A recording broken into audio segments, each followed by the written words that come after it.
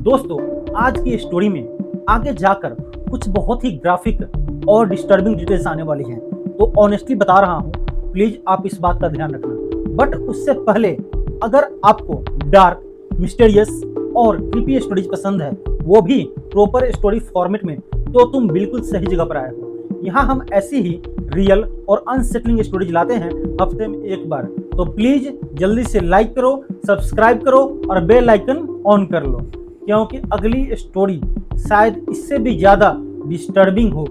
अब लाइट्स थोड़ा डिम कर लो और ध्यान से सुनना। On March 12, 2012, over a month after Samantha went missing, an officer in Shepherd, Texas was driving around when he by chance noticed a white Ford Focus in a hotel parking lot. He had just been informed that a fugitive was probably going to be headed their way in a white Focus. Copy. I was down there looking around. Where you from? I'm from Alaska. Family came down for a wedding. When backup arrived, they tore apart the car and found Samantha's debit card, cell phone, and ID. Israel explained exactly what he did to Samantha. 2 फरवरी 2012 की सुबह Anchorage, United states of America, एक लड़का अपनी गाड़ी लेकर बर्फ से भरे पार्किंग लॉट में घुसता है। ठंडी खामोश सुबह और लगभग खाली जगह। कुछ ही देर में वो एक नीले हरे रंग की छोटी सी दुकान के सामने रुकता है। कॉमन ग्राउंड्स, एक कॉफी शॉप, वो यही काम करता है। वो सफेद दरवाजे पर चाबी लगाता है और जैसे ही हैंडल घुमाता है वो रुक जाता है। दरवाजा पहले से खुला हुआ था। एक सेकंड के लिए उसे बहुत अजीब लगने लगता है। रात में दुकान बंद करने की जिम्मेदारी थी 18 साल की समांथा कोएनिग की। नई थी लेकिन भरोसेमंद और कभी कोई गड़बड़ नहीं हुई थी। लड़का खुद को समझाता है शायद जल्दी में बंद करना भूल गई होगी, लेकिन अंदर कदम रखते ही वो सोच भी बदल जाती है। नैपकिन फर्श पर बिखरे पड़े थे, तौलिए इधर उधर फेंके हुए थे, कप उल्टे सीधे फैले हुए। ये लापरवाही नहीं लग रही थी, ये कुछ और ही लग रहा था। कैश रखने वाली मशीन खुली हुई थी और ट्रे में एक भी डॉलर नहीं था। अब साफ था, ये सिर्फ गड़बड़ी नहीं थी, यह लूटपाट थी। पिछली रात 18 साल की समांथा ने अपने बॉयफ्रेंड डेविन से कहा था शिफ्ट खत्म होने के बाद मुझे लेने आ जाना। डेविन करीब 8:30 बजे वहां पहुंचता है। थोड़ा लेट, काम में अटक गया था, लेकिन वहां पहुंचते ही कुछ ठीक नहीं लगता। कियोस्क पूरी तरह से अंधेरे में था, पूरा साइलेंस। वो आगे बढ़ता है, आसपास देखता है, आसपास कोई इंसान नहीं, और उसकी पहली सोच शायद समांथा चली गई है, क्योंकि पिछली रात दोनों के बीच बात सिर्फ बहस तक नहीं रही थी, वो झगड़े में बदल चुकी थी। मैसेज पर समांथा ने उस पर धोखा देने का आरोप लगाया था और डेविन ने उसे सीरियसली नहीं लिया और वही सब बिगड़ गया। तो वो खुद को समझाता है शायद गुस्से में उसके पापा उसे लेने आ गए होंगे या कोई दोस्त उसे ले गया होगा। वो बिना सोचे ट्रक में वापस बैठता है, उसे मैसेज करता है, पर सामने से कोई जवाब नहीं आता। एक बार, 2 बार, फिर भी कोई जवाब नहीं। अब बेचैनी धीरे धीरे बढ़ने लगती है और तभी वो गाड़ी सीधा समांथा की घर की तरफ घुमा देता है। समांथा के सिंगल डैड जेम्स दरवाजा खोलते हैं। डेविन जल्दी जल्दी पूरी सिचुएशन को समझाता है। जेम्स सीधा जवाब देता है वो यहाँ नहीं है और मेरा भी उससे कोई कांटेक्ट नहीं हुआ। दोनों किचन में बैठ जाते हैं, बार बार कॉल करते हैं, मैसेज भेजते हैं, पर कोई जवाब नहीं आता। तभी डेविन के फोन पर एक मैसेज आता है, वो भी समांथा के नंबर से। मैसेज में लिखा था मुझे कुछ दिन अकेले रहना है, मैं दोस्तों के पास हूँ, पापा को बता देना। जेम्स मैसेज पढ़ता है और उसी पल समझ जाता है ये समांथा नहीं है। वो उसे 2 साल की उम्र से पाल रहा था। वो अपनी बेटी को अच्छे से जानता था। अगर कुछ होता तो वो सीधे उसे कॉल करती, कभी भी किसी और के जरिए उस तक मैसेज नहीं भेजती। अब मामला गंभीर हो चुका था। दोनों पूरी रात जागते रहे, फोन बार बार देखते रहे, लेकिन कोई रिप्लाई नहीं आया। और अगली सुबह जेम्स सीधे एनकोरेज पुलिस डिपार्टमेंट जाता है और अपनी इकलौती बेटी की मिसिंग पर्सन रिपोर्ट दर्ज करवाता है। पुलिस ने कॉफी शॉप के ऑनर को कॉल किया। ऑनर ने बताया हमें तो अभी पता चला रॉबरी भी हुई और समांथा भी गायब है। ऑनर ने सिक्योरिटी फोटोज शेयर की और उस फोटोज में जो दिखा उसने सब कुछ बदल दिया। 1 फरवरी रात करीब 8 बजे समांथा अकेली कॉफी शॉप जो कि कियोस्क में थी वहां काम कर रही है। बिल्कुल चीयरफुल एनवायरनमेंट है, बिजी है। तभी विंडो पर कोई आता है। कैमरा उसे कैप्चर नहीं कर पा रहा। समांथा सामने खड़े किसी को देख रही है और ऑर्डर ले रही है। वो ड्रिंक बनाती है, मुड़ती है देने के लिए और अचानक वो पीछे हट जाती है। उसके हाथ ऊपर उठ जाते हैं। वो लाइट्स बंद करती है, घुटनों पर बैठ जाती है, पीठ विंडो की तरफ। 1 मिनट कोई मूवमेंट नहीं, कोई आवाज नहीं। फिर वो उठती है, कैश रजिस्टर खोलती है, पैसे निकालती है, विंडो पर दे देती है, फिर वापस अपने घुटनों पर। और तभी एक फिगर विंडो के अंदर झुकता है, बड़ी हुड्डी, टोपी आंखों तक खींची हुई, चेहरा साफ नहीं दिखता। वो फिर समांथा के हाथ को बांध देता है, फिर विंडो के अंदर कूद जाता है और विंडो को बंद कर देता है। समांथा को फिर खड़ा करता है और उसकी पीठ पर गन लगा देता है। अब ये सिर्फ रॉबरी नहीं थी, वो उसे दरवाजे से बाहर ले जाता है। दोनों बर्फ से ढके पार्किंग लॉट को पार करते हैं, एक सफेद पिकअप ट्रक तक पहुंचकर, और फिर कुछ ही सेकंड में वो ट्रक अंधेरे में गायब हो जाता है। अब पुलिस और FBI दोनों केस पर थे। लीड्स 0, एविडेंस सिर्फ वही धुंधली फुटेज। लेकिन समांथा के फादर जेम्स रुकने वाले नहीं थे। उन्होंने पूरे एनकोरेज टाउन को हिला दिया। पूरा शहर, लाखों लोग अभिषेक लड़की को ढूंढ रहे थे। केस नेशनल न्यूज बन चुका था, रिवार्ड मनी बढ़ता जा रहा था। और फिर 24 फरवरी, डेविन को समांथा के फोन से एक मैसेज आता है, एक नियर बाई पार्क में जाओ और एक स्पेसिफिक साइन ढूंढो। पुलिस को तुरंत इन्फॉर्म किया जाता है। जेम्स और डेविन दोनों वहां 15 मिनट पहले ही पहुंच जाते हैं। वहां एक बुलेटिन बोर्ड था और उस पर एक जिप लॉक बैग टंगा हुआ था। डेविन उस बैग को बाहर निकालता है। अंदर एक फिरौती से लिखा हुआ पत्र था और उसी के साथ एक black and white photo Samantha की। फोटो में समांथा की आंखों में एक अलग ही खालीपन दिख रही है। वो कैमरा की तरफ नहीं देख रही। उसके हाथ में एनकोरेज डेली न्यूज का 13 फरवरी 2012 का अखबार है। प्रूफ ऑफ लाइफ, मतलब कम से कम उस तारीख तक समांथा जिंदा थी। डिमांड सीधी थी, $30,000 उसके अकाउंट में डालो और कहा गया 6 महीने बाद उसे छोड़ दिया जाएगा।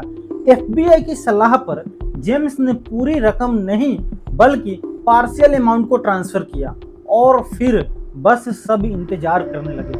कुछ दिन बाद एनकोरेज में 3 बार पैसे निकाले गए।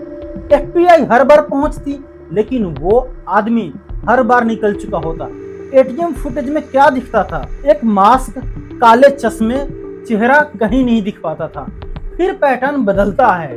विथड्रॉल सब दूसरे राज्यों में होने लगते हैं, एरिजोना, न्यू मैक्सिको और टेक्सास।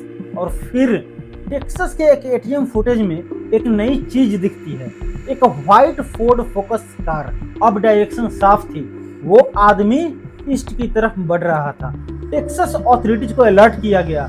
13 मार्च एक पेट्रोलमैन उस कार को एक होटल पार्किंग लॉट में स्पॉट करता है। वो वहीं रुकता है और इंतजार करने लगता है। कुछ ही देर बाद एक आदमी कमरे से बाहर निकलता है, लगभग 30 साल का, सीधा कार में बैठता है। पेट्रोलमैन क्वाइटली उसके पीछे लग जाता है, कुछ दूरी, कुछ सेकंड की डिस्टेंस मेंटेन करते हुए। और जैसे ही कार की स्पीड लिमिट से लगभग 3 किलोमीटर प्रति घंटा ज्यादा हुआ, बस यही मौका था। पुल ओवर, विंडो पहले से नीचे थी, आदमी बिल्कुल काम। License please. वो अपनी लाइसेंस आगे बढ़ाता है, अलास्का का। उस पे नाम था इजराइल केस, 34 साल, एनकोरेज। कार की ट्रंक में मास्क, मैचिंग कपड़े और एक गन और समांथा का फोन और उसका डेबिट कार्ड। इजराइल पहले सब कुछ डिनाई करता है, फिर जब एविडेंस उसके सामने रखा जाता है वो रुकता है और कहता है, ठीक है, सब बताता हूँ। बोलने से पहले उसने एक शर्त रखी और कुछ चीजें मांगी, एक अमेरिकानो, एक पीनट बटर स्टिक और एक सिगार। और जो उसने बताया वो इतना डिस्टर्बिंग था कि FBI ने आज तक पूरा ट्रांसक्रिप्ट पब्लिक नहीं किया। जो चीजें मैं बताऊंगा वो पब्लिकली नोन है। 1 फरवरी की रात Israel common grounds coffee house पहुंचा। प्लान सिंपल था, रॉबरी का, लेकिन जैसे ही उसने समांथा को देखा, उसका प्लान बदल गया। उसने अमेरिकानो ऑर्डर किया, समांथा मुरी ड्रिंक देने के लिए, और तभी उसने गन निकाल ली। वो विंडो के अंदर कूदता है, उसके हाथ बांधता है, नैपकिन्स उसके मुंह में ठूस देता है, उसे बाहर ले जाता है, कार में बिठाता है। समांथा डरी हुई थी लेकिन काम और कंपोज्ड थी। इजराइल उसका फोन उठाता है और डेविन को मैसेज करता है, दोस्तों के पास हूँ, पापा को बता देना। फिर घंटों तक वो एनकोरेज में घूमते रहते हैं। मिडनाइट के आसपास इजराइल अपने घर पहुंचता है। अंदर उसकी 10 साल की बेटी और गर्लफ्रेंड सो रहे थे। अगली सुबह वो दोनों न्यू ऑरलियंस क्रूज पर जाने वाले थे। इजराइल वापस अपनी कार में आता है, समांथा की आंखों पर पट्टी बांधता है और उसे एक शेड में ले जाता है। वहां उसे एक बकेट पर बिठाता है, उसके गले में रस्सी डालता है और दोनों रस्सी के सिरों को दीवार से बांध देता है। रेडियो फुल वॉल्यूम पर, कोई आवाज मत करना, जैसे ही फिरौती की रकम मिलेगी मैं तुम्हें छोड़ दूंगा। और फिर हीटर चालू कर देता है, दरवाजा लॉक करता है और वापस घर चला जाता है। वाइन पीता है। कुछ देर बाद पानी लेकर वापस आता है। समांथा पूछती है, पापा से बात हुई फिरौती के बारे में? इजराइल कहता है, हाँ सब ठीक है, तुम जल्दी छूट जाओगी। और फिर वो समांथा की रस्सी खोल देता है, उसके हाथों पर बंधी प्लास्टिक की पट्टियां काट देता है। एक पल के लिए समांथा को राहत मिलती है, लेकिन ये सब उसकी एक बहुत ही शातिर चाल थी। इजराइल बस ये देखना चाहता था कि जब उसे लगेगा कि वो आजाद हो रही है तो उसके चेहरे पर क्या रिएक्शन आता है। और जब उसने उसे दोबारा बांधा, इस बार और भी टाइट, समांथा के चेहरे पर हार मान लेने का भाव था। वो समझ गई थी कि अब मैं जिंदा नहीं बचने वाली। इजराइल ने उस रात समांथा पर सेक्सुअली असॉल्ट किया।